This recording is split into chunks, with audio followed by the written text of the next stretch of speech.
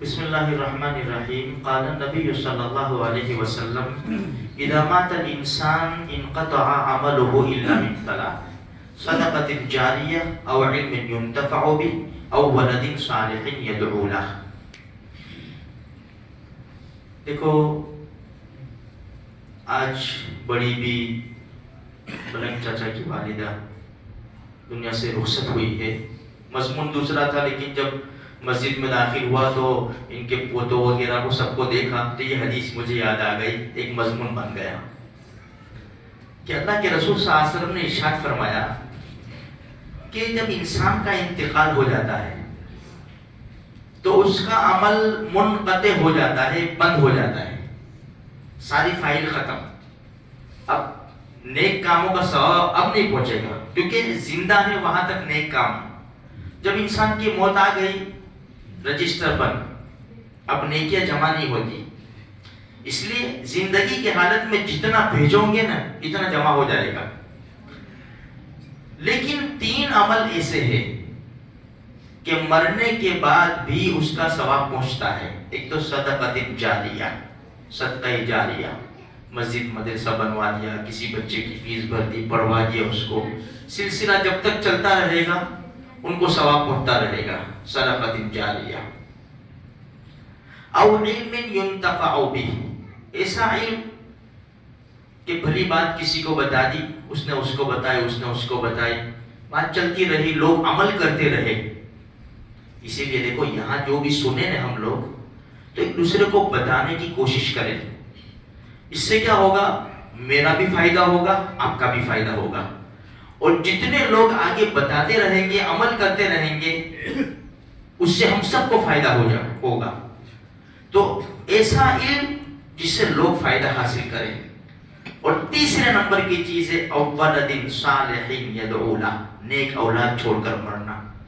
میرے بھائیوں بڑی خوشی کی بات ہے, یہ جو مرحومہ چل بسی ان کے پیچھے پڑھنے والے کتنے, سب پڑھتے ہیں, انکار نہیں ہے, لیکن ایک حافظ کا پڑھنا ایک عجیب الگ شان رکھتا ہے.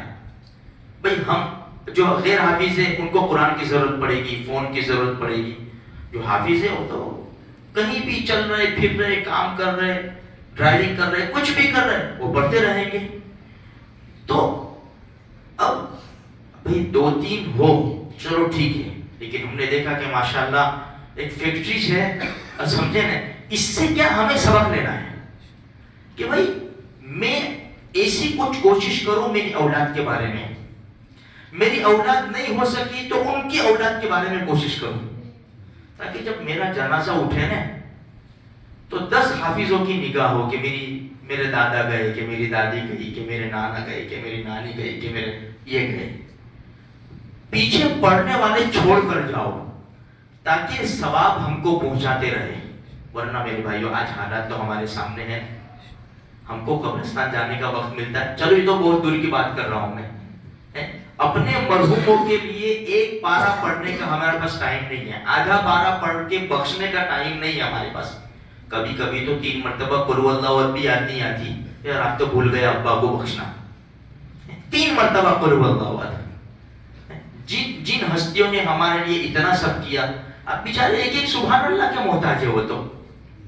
اس لیے میرے بھائیوں اپنے بچوں کو تعلیم دو, اپنے بچوں کو نیک بناؤ, تاکہ زندگی میں بھی ماں باپ کی قدر کریں اور مرنے کے بعد ماں باپ کو ہمیشہ دعاؤں میں یاد رکھیں. اسی تعلیم اپنے بچوں کو دلواؤ.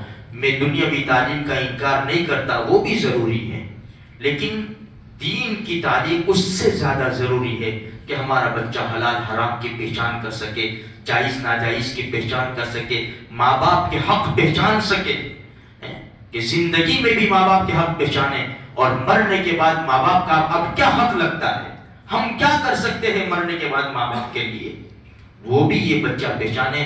ہمارے لیے ضروری ہے اپنی اولاد کو ضرور نیک بنانے کی کوشش کرو اور دینی تعلیم حاصل کروانے کی پوری کوشش کرو, تاکہ ہمیں دنیا میں بھی فائدہ ہو, آخرت میں بھی فائدہ ہو. اللہ تبارک و تعالیٰ مرحومہ کی مغفرت فرماوے, ان کی قبر کو نور سے بھر دے, جنت الفردوس میں جگہ نصیب فرماوے, اور پسماندگان کو اللہ تبارک و تعالیٰ صبر جمیل کی دولت سے مالامال فرماوے. جن لوگوں نے ان کے خاندانوں میں سے خدمت کی ہے اللہ تبارک و تعالیٰ سب کو بہترین بدلہ نصیب فرمائے.